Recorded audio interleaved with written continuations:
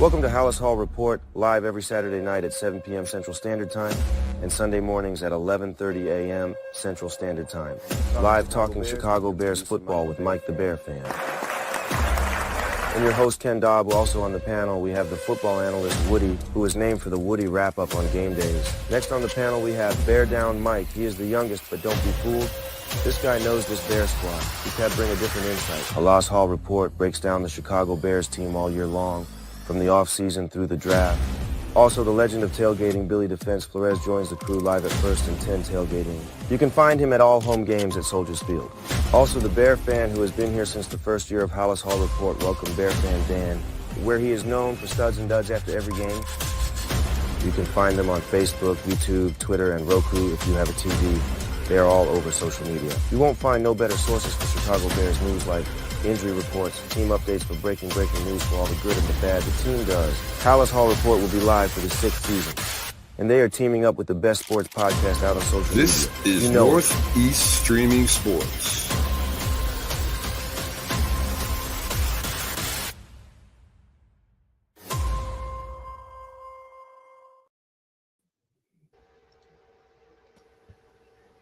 Good morning.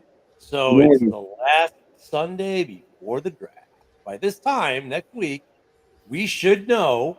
Well, we will know. Bo Nix is going to be starting quarterback for the Bears. We will know the results of the draft. Plus, the one thing we have not talked about and we won't talk about, because who knows with that, is who the undrafted free agent rookies that we will sign will be. That should all be done by this time next week, and we will have a ton to talk about. I mean, I look at it this way. Undrafted free agent rookies, that's one thing we don't talk about coming into the draft, but let's be honest. The undrafted free agent rookie class every year has been more and more impactful. It got us our backup quarterback last year. It's got many got teams starting cornerbacks, running backs, tight ends, linebackers. I mean, there are a lot. Jack Sanborn was a undrafted free agent rookie that we signed. We have 2 on our team right now we have one that's a starter, one who's one of the best backups. You could argue one of the best backup quarterbacks in the league that were undrafted free agent rookies. I am looking so forward to that, just because we don't talk about it, and these are guys that you don't hear about, but then we get to see at camp and in the season, and it's always fun because we're going to do this next week, and we're going to do this, guys. All right, the Bears just signed these 10 guys. Who the hell are they? Good morning. Yeah. Good morning, Eric. Yeah, I don't think any of us. I can't wait for the draft for a more selfish reason. I'm tired about talking about the draft. Maybe it's because I'm doing the podcast 7 days a week between Halas Hall Report and Ken in the morning. I am so sick and tired of talking about the draft. I cannot wait for it to be over. Oh, we got a Packer fan in the house. We're sorry we can't do anything about your football taste, but we're happy to have you anyways, Joey. So, fellas, we looking forward to Thursday night? Of course. Oh, can't wait for it. It's going to be a long process. Not that long process. Yeah, it's going to be long. Well, number 1 is going to be great. We're all going to be wondering at number 9 what is going on. Yeah, it's funny you should mention that. Let's have one last discussion on this. Do they trade up? Do they stand pat? Do they trade in? Here is the top 14 in the draft. So let's start with trade back. Dan, if the Bears were to trade out at 9, how far back do you think they'd go? And what do you think they'd trade back to get? I'd say it depends who's available at 9. Who's still available at 9? Maybe go as far back as maybe the 13th or 14th with the Raiders. So maybe the Raiders or the Saints. Yeah, good possible trade partners. What do you think, Mike? You think that's pretty good, or you seen something different? I think number 13 Raiders, they need a lot of help and they need a quarterback. Gardner Minshew obviously is not their future. I mean, Broncos got rid of a lot of players. They're in cap hell. They're not going to give up assets to get one guy. They're going to stay pat at 12. So I think Raiders is the best bet to move up to number 9. Now, if Joe Alt or Dallas Turner is at 9 available, you take that guy. You take one of those two. I would say I would go with Dallas Turner if he's available, just because we need another edge. And try to buy back in either late first round or early second round with our draft picks for next year. Trade some of those assets to get back in it. Producer Mike, what do you think? You think we're trading out at 9? If so, how far back do you think we go, and what are we trying to get? I kind of agree a little bit with Mike. The Raiders do need some help, and if the Vikings don't move up and the Raiders move up above the Vikings, they could get one of the quarterbacks the Vikings want and kind of screw them. Not saying they're looking at the same quarterback, but I've been seeing a lot of that J.J. McCarthy that could go to the Vikings. But if the Raiders move up, they could maybe snag them. But I think they will, if they trade down that far, I think they're going to get Verse. That's just my opinion. I've seen Verse fall to like 15, 16, 17 in some drafts, but some's been high also. So I'm kind of torn. I think it's very situational. It's kind of like when I did my mock draft the other day. It depends on what's sitting there. You know, if I'm coming into Atlanta's pick and Turner versus Odunze Bowers are all sitting there still, right? It's like, ooh, I already know I have, even if they take one of the edge rushers, I have a hard time trading 9 out. So if I can add Odunze, I solidify the wide receiving position, not only for this year, but for next year. If Keenan Allen is one and done with the Bears, I still have 2 top-end receivers next year versus having just DJ Moore, who will be on a contract year and nothing behind him, right? If I go tight end at Brock Bowers, for example, if he's there, well, now I have a tight end room that is probably going to just terrorize the NFL. If I go Dallas Turner, I am not wrong going there either, right? Because I look at Eberflus has already said we need an edge to go with Sweat.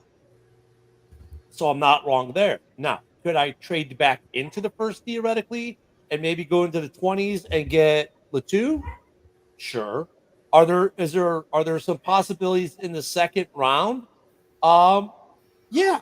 I mean, here's one right from yesterday's draft, right? I went with Jalen Hunt at 75. So actually in the third round, you could still get your edge. Now, is that guy going to be as good as Turner or those guys? No, but he'll be good enough, right? And then Robbie asked, hey, the question is, who's looking to go up? And that's just it too. It's like, if we're going to trade down to 9, who's looking to go up and how much are they going to pay? And I don't want picks next year. I want picks this year. I don't look at next year, fellas. This is what I've got. This is what I've got. Why am I looking to add to my 11 picks for next year? Yeah. If you're going into trade down to number 9, you got to include a second round for this draft. And maybe, maybe a 6th and a 7th. Oh, more than that. Because look at anyone who's going to trade down. Well, you're going to get their first, obviously. Their first for next year, but I really don't care about their first for next year. No. They're swept the.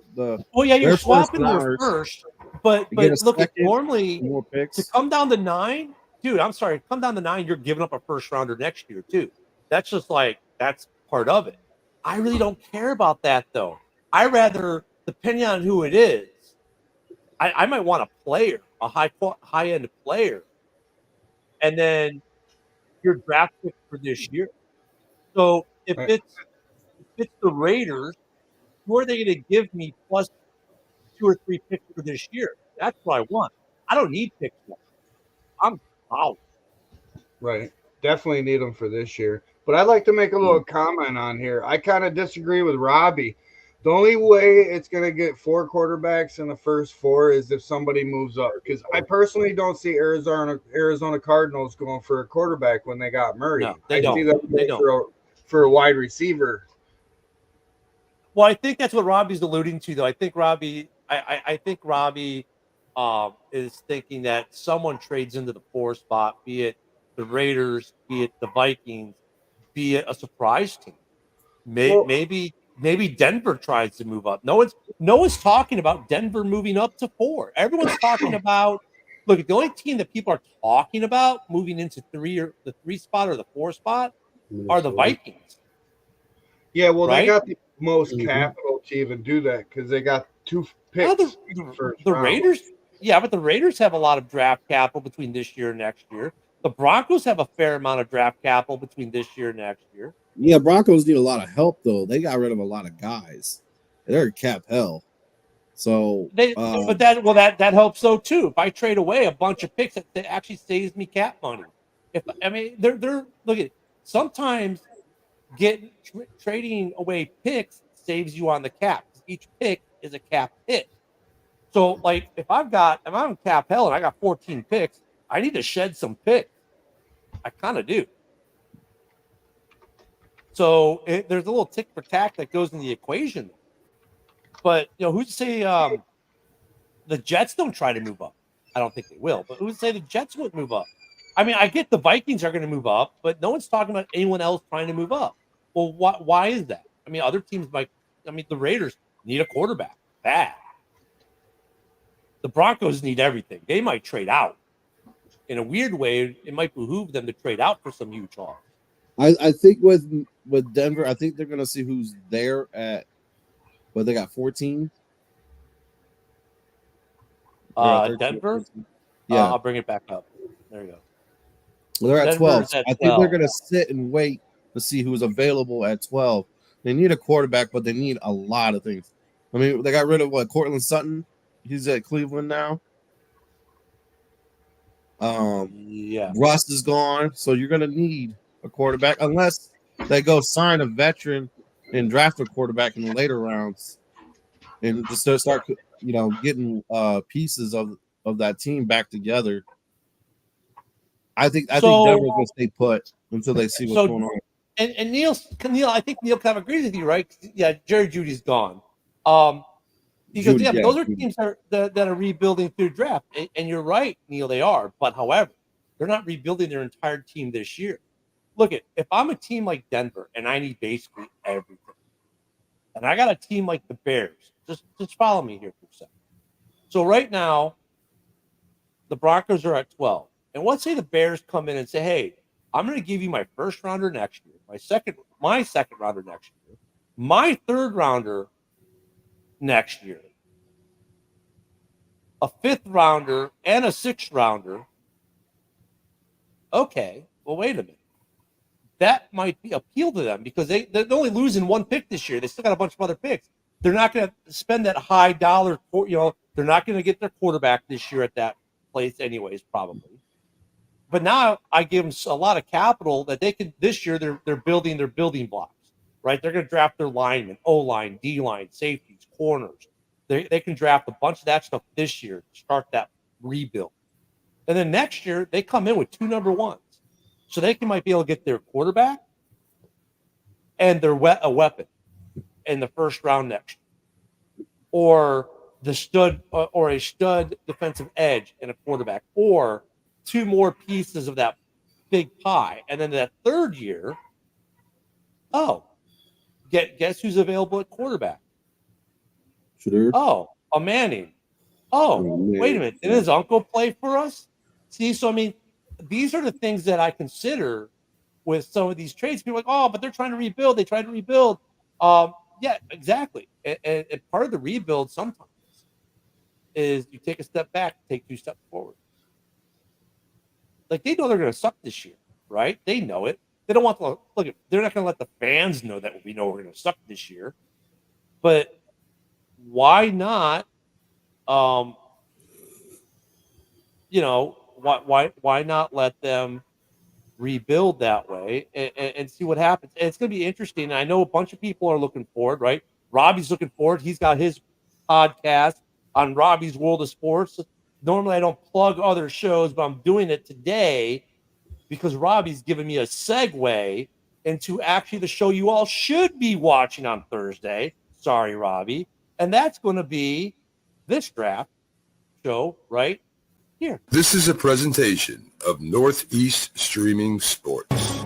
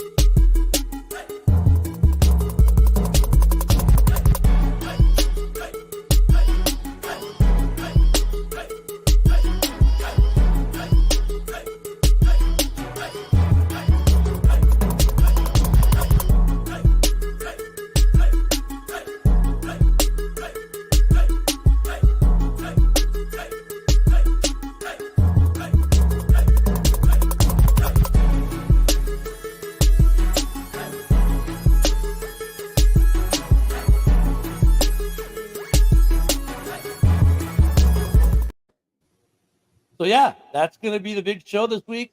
On Thursday, the Huddle streaming network, which is all the fandoms in the NFC North, plus a few extra. We have a wrestling show coming, by the way. Bear Fan Dan has his show every Monday at 5:30 Central, correct? Yes. I got it right. Also, we're looking at possibly doing a Raiders show in the future, possibly looking at doing a Dirty Birds Falcon show. The network is growing, and here's a guy who's on all the shows, at least in comments. Luca says Peyton is just pissed he can't blame Russell for next year's failures. Yeah, that's the other piece of that weird puzzle, though, isn't it, with them? I mean, Dan, look at they spent money, draft capital to get Peyton as their coach, right? And now they're in a complete, utter rebuild that's probably a 2 or 3 year project. What do you do with Peyton? Do you say, because look at the fans, if they're not winning, they're going to be like, well, get rid of Peyton. Screw this, right? Like, this is terrible. But ownership and management got to be going, yeah, but we just stripped the entire team out from under them. This is a 2 or 3 year project to properly rebuild and be a playoff team. And and I think they're looking at Detroit as a model. They're looking at Chicago as a model. They're looking at Houston as a model. So you're looking at least 2 years, right, Dan? Right. Maybe Peyton does. I mean, maybe after a year, this year, maybe he, doesn't want to stick around. You know what I mean? I mean, it's tough for them. And thank you, Robbie, for saying that. Producer Mike slaves over the videos and the adverts like that. He takes much pride in that. Trust me. I don't know. I mean, Mike, it's got to be tough because they've gutted that team. They really have. So I don't know what Denver does. Really, they're in a curious spot. And Rob Haspels for Valhalla Hour says not everyone guts a team that goes four for straight last place, finishes to rebuild. Well, we know that the Vikings do that. Because Quincy be crazy. And all those Super Bowl championships that Minnesota has proves it that they do that. But no, look, I'm not saying no one's saying 4 straight last places, but Mike, let's look at Denver again, right? Denver is in a precarious spot, aren't they? Their draft position, 12. Not that great for a rebuilding team. Sure, you might be able to get a piece, but let's face it, Joe Alt's gone by then, right? You're not, if you get a stud wide receiver, let's say a Dunez or Neighbors or somebody that happens to be there, doesn't really help you. You're wasting a year of them at least. Running back, well, there's no running back in this draft that you're going to draft there, right? So, you're looking like, okay, maybe you get a guy like Powers for a center to start building the line. Maybe you get him, but I think that might be a little bit of a reach. You could probably get him in the second. They're in a precarious position for a team where they're sitting. So if you're the Broncos, would you consider just trading out of the first round for a bunch of capital to like stack even further next year after you draft a bunch of stuff in the second, third, fourth, fifth, sixth, seventh, a bunch of building blocks this year to maybe do your weaponry next year? Yeah, with the Broncos, like I said, I think they're gonna see. I think around maybe when the Jets make their pick at 10, see what's going to be available more. Because and then I think Peyton's going to attack whatever their biggest weakness is at the time. Is it defense? Is it offense? What can we upgrade now? Or if they want to, they can move out of 12. Let's say Fashanu, the tackle. Right. Old Fashanu. Let's say he's gone. I think that'd be a great piece for Sean. Let's say he's gone. And then you got a couple wide receivers. Okay, you don't need wide receivers right now. You need to build that line. You got to build the trenches. Move back. That's what I'm saying. Move back. Yeah. Hey, Bears, give me next year's 1, give me a 2 and something else. Yeah, I mean, I think the price, if they're trading with a team like Chicago, I think the price goes up because the Bears aren't going to want to trade away 75 this year, their third round pick. No. They want to keep the 4 they've got, right? They're not I don't think they want to have less than 4. But I mean, it costs us 4 or 5 picks next year. That's a great haul. What Denver should be doing is doing what we have for next year. We have 10 or 11 picks. That should be their goal if they can't get the players they want at 12. Okay, Robbie asked a question. He goes, "Let's say Minnesota trades up the cards at 4 to take JJ. Let's say he's there at 4. All right, because I don't think he's going to go at 2. I think they're souring that relationship with DC, or it's the greatest smokescreen ever. And then I guess we're saying at 3, they're passing on JJ to go with. I'm sorry. He's talking about JJ, not Jaden Daniels. He's talking about JJ McCarthy. Okay, so JJ McCarthy. Let's say we want to get McCarthy at 4. Okay, do the Bears make a trade with the Chargers to get Marvin Harrison Jr. at 5? Trade up from 9. What's the price tag going to be? That's all it is. Dan is already shaking his head. Dan, why don't you tackle that? But I don't. If he's available at 5, I think Chargers are like, let's get him. Because who's their number 1 right now? Quentin Johnson, who dropped a ton of balls last season. They're gonna go. Yeah, after Rob. him. I don't think I do that, Rob. Ooh, now that would be a curveball. Yeah, Washington needs a quarterback. Yeah. They got Jacoby Brissett. That's who they got start. Or no, they got Marcus Mariota. I'm sorry. Brissett's in New England. I don't see quarterbacks. I'm sorry. I don't see the Chargers at 5 in any of those scenarios. In any scenario, trading out of 5. Honestly, like to go from 5 to 6. Maybe they're. It's like if someone wants to, if New York, if the Giants want to pay them to get Marvin Harrison Jr. and then they get Neighbors, I could see that happening. But I think the Chargers are taking a wide receiver. They almost basically here's what the Chargers are taking. I think they're either taking Brock Bowers or one of the top 3 wide receivers. That's where they're at. I think the Giants and talking to Packer Ken and Dom, who's from the Atlanta fan base, but they both live in upstate New York. There's a lot of talk in New York how they're taking a quarterback on the talk shows and everything else there. So I could see if the Chargers could get New York to pay to take Marvin Harrison Jr. instead of a quarterback, and then they get Neighbors or Adunas. I could see that happening. I don't see the Chargers trading out with anyone because, like Mike said, they desperately need a young, cheap wide receiver that's going to be there for a couple of years on a rookie contract.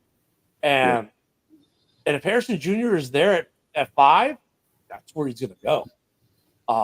And then at 6, you might be looking if JJ's off the board, because JJ's been the guy that most people have associated with the Giants. then the Giants might not take a quarterback at that point. It might take a Brock Bowers because their big tight end is retiring. Or so they take the second best wide receiver in Neighbors. Yeah, second best wide receiver in Neighbors. So I think there's I think there's going to be some shenanigans. I think we can all agree there is going to be, and look at Robbie says it too. I'm sorry, Mike. You already put it up there. Robbie says, hey, they're going to take them too. But I think there's going to be some. I'm going to get off the comments. Let Mike just post comments after that. I think there's going to be some shenanigans, and we got about 4 minutes up. And let me put this up one more time, dude. There's going to be some shenanigans in the top 14. I don't think this is the way it stands. I think there could possibly be 2 or 3 trades in the top 14. I don't think the Titans or the Falcons are moving at all. Titans, they're going to take Joel. He's going to be there. I think the Titans and the Falcons. I'd say, look at the team. Obviously, we're not trading out of 1. I don't think Washington's trading out of 2. The Pats, the Cards could possibly trade. I don't think the Chargers are trading out unless they're moving back to 6 or 7, and they're going to make you pay for the guy that they're going to make you pay so they can take the guy that they want to take anyways. Kind of like what we did with the Eagles last year. Honestly, but there's going to be movement, and there's going to be some crazy movement that none of us are even talking about. Like the Saints could do some stuff. The Giants could take Brock Bowers. I mean, Robbie's right. I mean, there are some good variables about. It depends on how the board shapes out as the day goes on or the evening goes on. But hey, look at this. I wouldn't be surprised if this here goes from 11 down to 5. I think the Bears are going to trade back into either the first or second round because we're in a win now.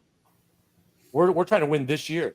If we have the opportunity to get back into the first, I'd like to go get Jackson Powers Johnson, get that center, because we don't know about Bates or Coleman Shelton how they're going to do, but if you can solidify that center for the future, and that's just it. I think the price is going to matter. Who's on the board is going to matter. The problem at 9 for the Bears is who's on the board at 9. If someone's on the board at 9 that we really covet or want, I don't see us trading. I see us buying, using that pick, and then maybe possibly trying to trade back in. And there are teams, and there are a couple teams that might be willing to trade out of the first round altogether for this year to stock up 4 or 5 picks for next year, including the number 1. I mean, a number 1 and number 2, and then throwing in like a 4th, 5th, and a 6th. That's a pretty significant haul. And we might have to throw in a pick for the year after. I mean, that wouldn't be unheard of either.